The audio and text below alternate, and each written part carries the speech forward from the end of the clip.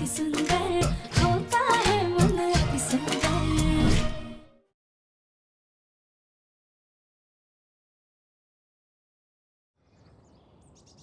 अब जब तक टेस्ट के रिजल्ट नहीं आते ना राधिका, तब तक मैं जैसा बोलूंगा वैसा ही करोगी तुम। अब चुपचाप नाश्ता करो।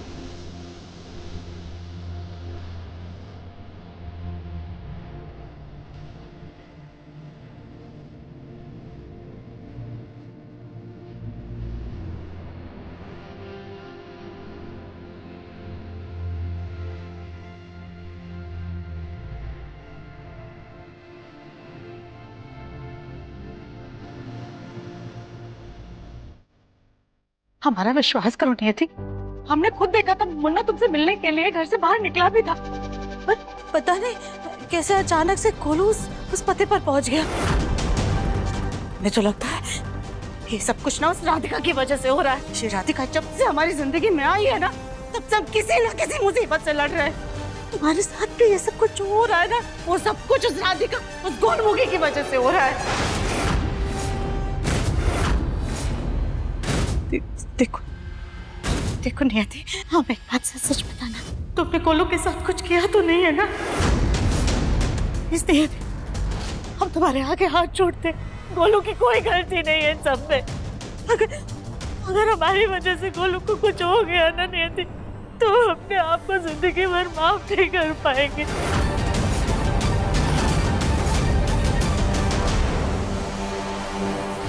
जी, हम आपको कातिल या खूनी लगते हैं?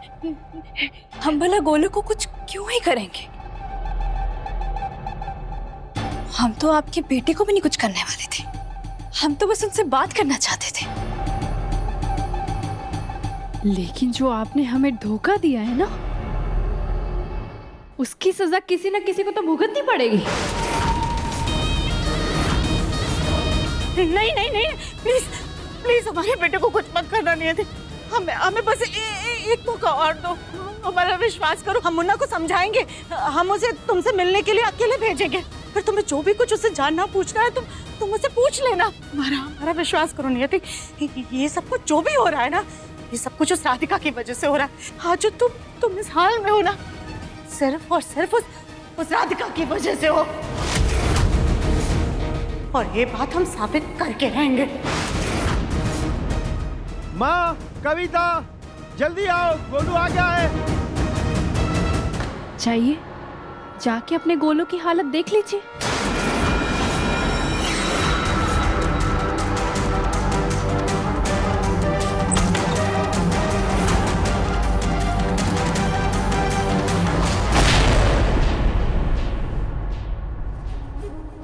गोलू, ये सब क्या हो गया? गोलू जी, आप ठीक है ना?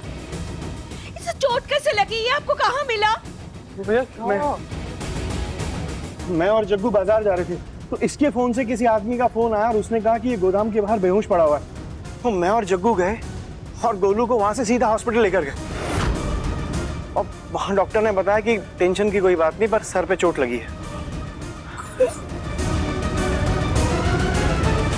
गोलू भैया, आप गोडाउन गए क्यों?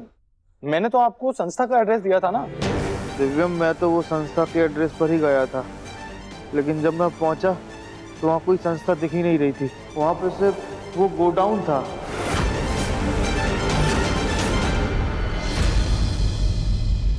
गोलू जी, आप बेहोश कैसे हुए और आपको ये चोट कैसे लगी?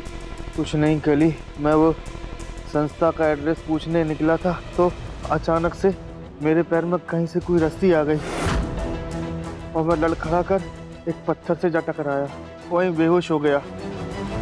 लेकिन आप सब लोग चिंता मत कीजिए, डॉक्टर ने कहा है कि दिक्कत की कोई बात नहीं है।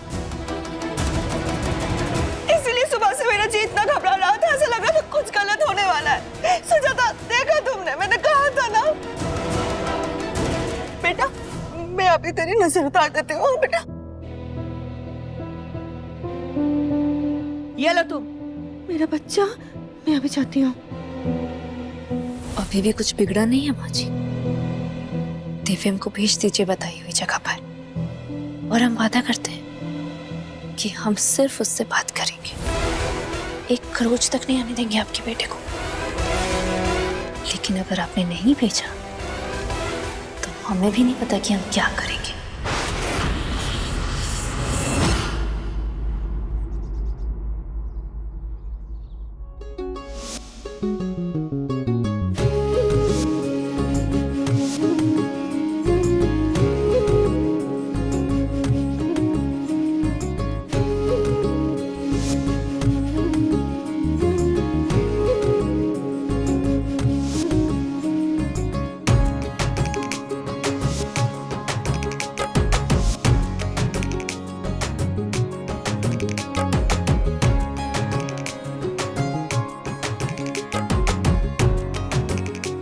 राधिका कली, तुम इस घर की बहुएं हो, घर की लक्ष्मी हो।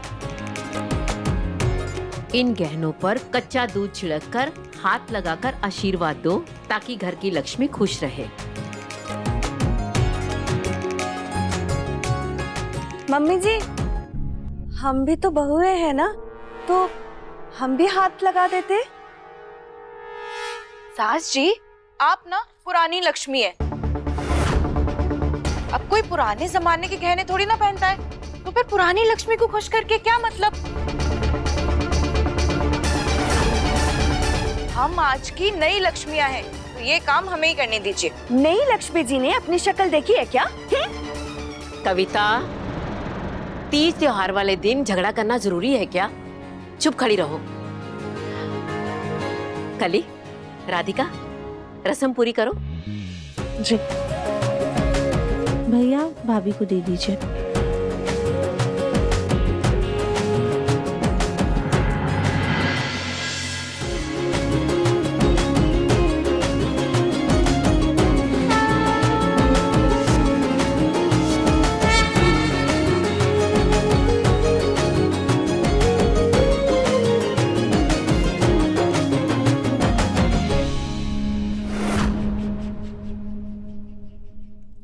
सही कहते हैं पापा, ये इंसान दूसरों की जिंदगी बर्बाद करके अपनी जिंदगी ऐशो आराम से जीते हैं जैसे कभी कुछ हुआ ही नहीं।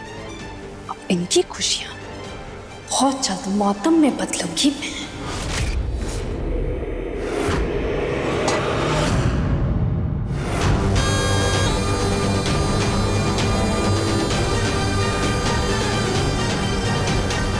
मुझे जाना ही होगा।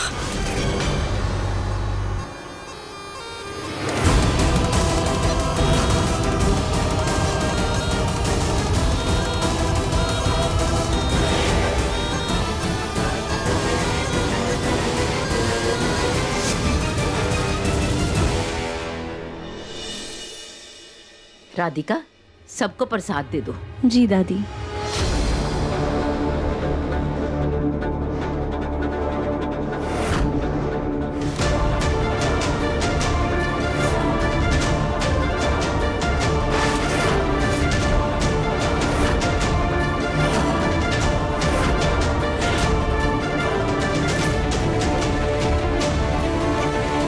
नियति कहाँ है? नियति की चप्पल तो यहीं पर है, तो फिर वो कहाँ चली गई?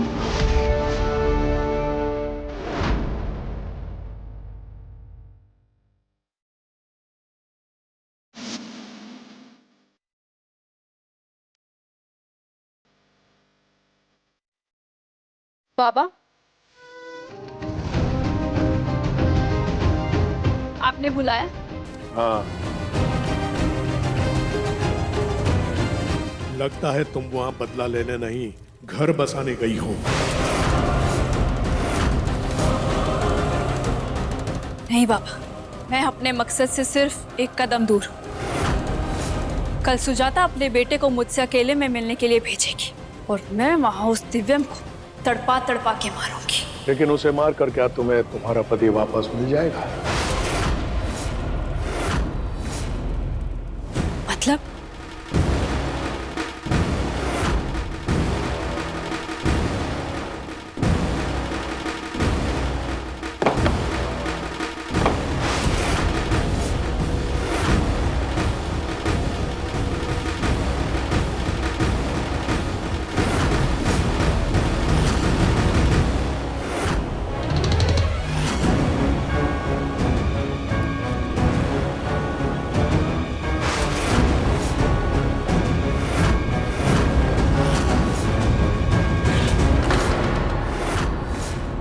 नागपुराण? ये नागपुराण आपके पास कैसे? ये तो परसों पहले पाताल लोक में दफन हो चुका था ना? नहीं, इसे कुछ इंसानों ने छुपा दिया था, लेकिन मैंने अपनी तपस्या से इसे हासिल कर लिया।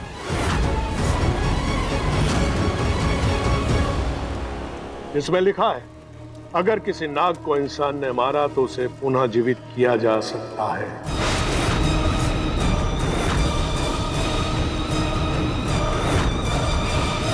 क्या? मतलब मेरा विश्व पुनः जीवित हो सकता है? कैसे बाबा? वो कैसे आ सकता है? आ सकता है भाभी। बिना पटाखों के भी ना दिवाली में बहुत मजा आ सकता है, और बिना शोर के भी ना दिवाली अच्छे से मनाई जा सकती है। त्योहार का लुत्फ उठाया जा सकता है। नहीं देवरानी जी, जब तक दिवाली में धूम धड़ाके की, पटाखों की, बूम बाम की आवाज नहीं आती ना, तब तक दिवाली में मजा नहीं आता। थोड़े पटाखे ले आते हैं ना। नहीं भाभी, पटाखों के शोर और धुएं से ना पर्यावरण को बहुत नुकसान पहुंचता है, और हम तो बड़े हैं ना, हमें छोटों को समझाना चाहिए कि ऐसे पर्यावरण को दूषित ना करें। अच्छा ठीक है, अगर आपका इतना ही मन है तो शगुन करने के लिए कुछ फुलझड़ी और अनार ले आइएगा, पर उससे ज्यादा नहीं प्लीज। राधिका ठीक कह रही है। कुछ ना से कुछ तो सही।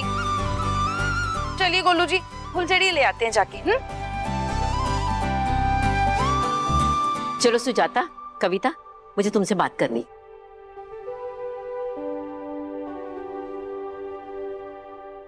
वैसे बचपन में ना मुझे भी पटाखों का बहुत शौक था, लेकिन जब से ऐसी पटाखा बीवी मिली है, मेरे तो सारे शौक पूरे हो गए हैं। दिव्यम जी, कैसी बातें करते हैं आप? सच ही बोलता हूँ बस। वैसे एक बात कहें, तुम तो मेरी जान हो, एक क्या 100 बातें बोलो। खैर, आप बोल रहे हैं तो हमें सुन के अच्छा तो लग रहा है। वैसे दिव्यम जी, आज आप भी ना एकदम पटाखा लग रहे हैं।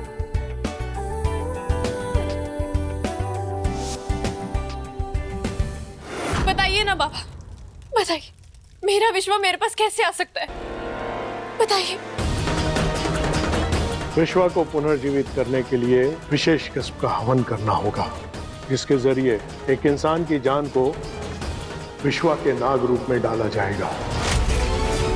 तभी विश्वा पुनर्जीवित होगा। पर यह हवन दिवाली वाली अमावस्या पर ही होगी, और उस हवन के लिए हमें नागमणि चाहिए होगी। लेकिन बाबा, मेरे पास तो नागमणि नहीं है।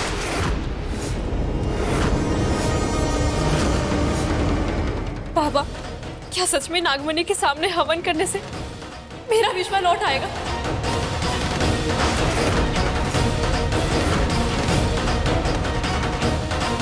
अगर ऐसा है तो मैं हर हाल में नागमणि लेकर आऊंगी। ठीक है, इस अमावस्या की रात हवन करेंगे। नागमणि के लिए शिव जी की आराधना करूंगी, और दिवाली की रात नागमणि और दिव्यम दोनों को आपके पास लेकर आऊंगी।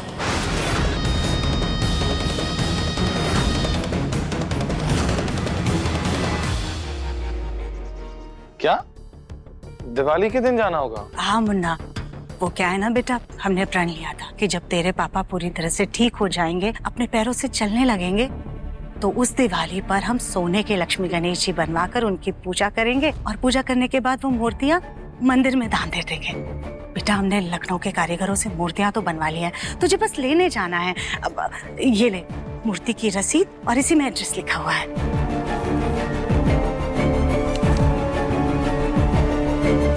माँ, कानपुर में इतने सारे कारीगर, इतने अच्छे अच्छे कारीगर हैं, आपने लखनऊ का कारीगर कहाँ से ढूंढ लिया? बहस मत कर हमसे, तू हमें ये बता, तू मूर्तियां लेने जाएगा कि नहीं जाएगा, या हम खुद चले जाए? माँ शांत हो जाइए, मैं जाऊंगा, मैं कल ले आऊंगा। आज चला जाऊं क्या? तुम कल चले जाना। माँ जी, हम भी दिव्यम जी के साथ चले जाएं? राधिका, त्योहार के दिन तुम्हें काम से दूर भागने के बहाने चाहिए क्या? नहीं माँ जी, हम तो बस क्या बस? दिव्यम अकेले चला जाएगा, तुम्हें हर जगह उसकी पूंछ बन करके जाने की जरूरत नहीं है। चला जाना। हाँ, मैं चला जाऊंगा।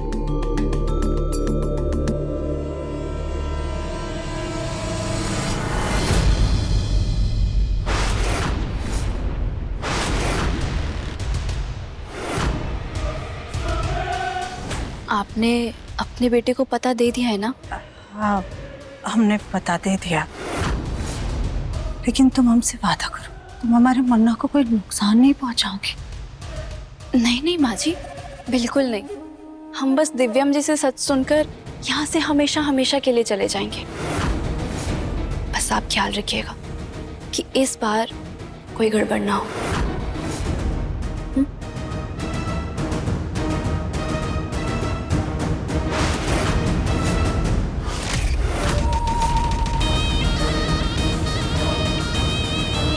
दिवाली में सब लोग अपने घर में दिए जलाएंगे और ये घर अपने बेटे की चिता जलाएंगे। दिव्यम जी, आप कल भोलेनाथ का आशीर्वाद लेके ही घर से निकलिएगा, और भूल कर भी ना, आपका कवच कहाँ है? इस कवच को मत उतारिएगा, ठीक है? नहीं उतारूंगा राधिका, और तुम अब चिंता करना छोड़ दो। और वैसे भी जो होना है तो होकर ही रहेगा। नहीं दिव्यम जी, अगर आप पर कोई आँच आएगी ना, तो हम भगवान से भी लड़ जाएंगे, पर आपको कुछ नहीं होने देंगे।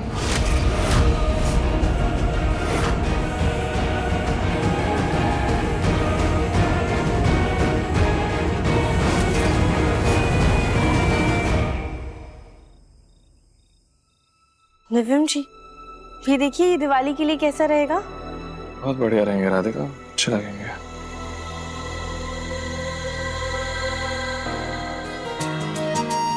राधिका क्या कर रही हो? मैं काम कर रहा था। दिव्यम जी, ये सारे काम आप दिवाली के बाद भी तो कर सकते हैं ना? वैसे भी दिव्यम जी, आपको लखनऊ जाके मूर्ति लानी है ना, तो आपकी नींद पूरी होना जरूरी है। चलिए उठिए, सो जाइए जल्दी, लेट हो जाएंगे। क्या कर रही हो राधिका? चलिए। हाँ, मैं सो जाऊंगा। ओके, आपका हुक्म सारा होकर मैं सो रहा हूँ। अरे कहाँ जा रहे? कपड़े तो डिसाइड कीजिए। सुनते नहीं है आप ना हमारी बात। ये जो कुर्ता है ना, आप ये सुबह पहन के मूर्ति लाने जाएंगे, और जब शाम में वापस आएंगे तो दिवाली पूजा में शेरवानी पहनेंगे, ठीक है? जी हुक्म, ठीक है।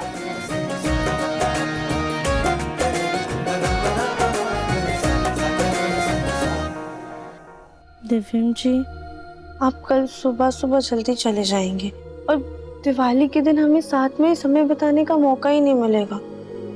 काश हम भी आपके साथ जा पाते।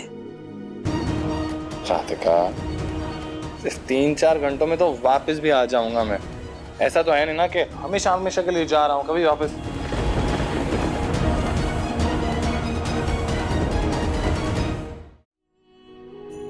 दिव्यम जी, ऐसी बातें आप गलती से भी अपने मुंह से नहीं निकालेंगे। राधिका, मैं तो बस ऐसे ही मजाक में कह रहा था। दिव्यम जी, ऐसे वैसे कैसे भी, अब मजाक में भी ऐसी बातें कभी नहीं करेंगे कि आप हमेशा के लिए जा रहे हैं। अच्छा ठीक है, नहीं करूँगा। अब चलो एक काम करते हैं, अब तुम मुझे कल मिस ना करो ज्यादा, इसलिए कल के रोमांस का कोटा भी आज से पूरा कर लेते हैं।